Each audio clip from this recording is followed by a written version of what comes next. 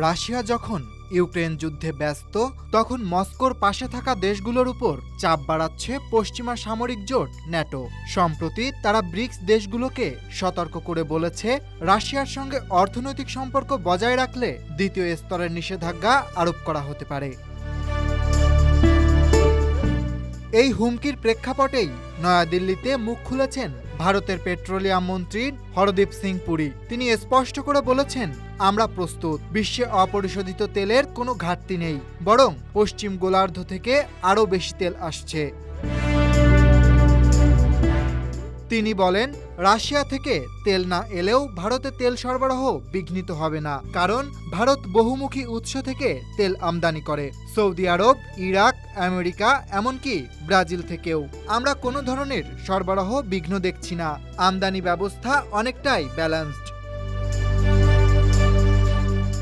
এদিকে মার্কিন president Donald Trump নতুন করে হুঁশিয়ারি দিয়েছেন, যদি 50 দিনের মধ্যে রাশিয়া ইউক্রেন শান্তি চুক্তি না হয়, তবে মস্কোর উপর কঠোর শুল্ক আরোপ করা হবে।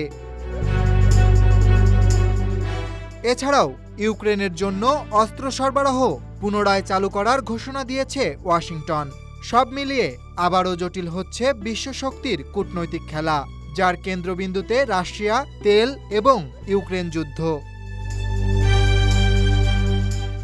এমন এক উত্তপ্ত প্রেক্ষাপটে ভারত বলছে, তাদের পরিকল্পনা তৈরি, বিকল্প ব্যবস্থা রয়েছে। তবে আন্তর্জাতিক চাপ যতই বাড়ুক, তেল নীতি ও ভৌগোলিক কূটনীতি যে একই সঙ্গে চলবে, তা যেন স্পষ্ট হয়ে উঠেছে দিল্লির কণ্ঠে।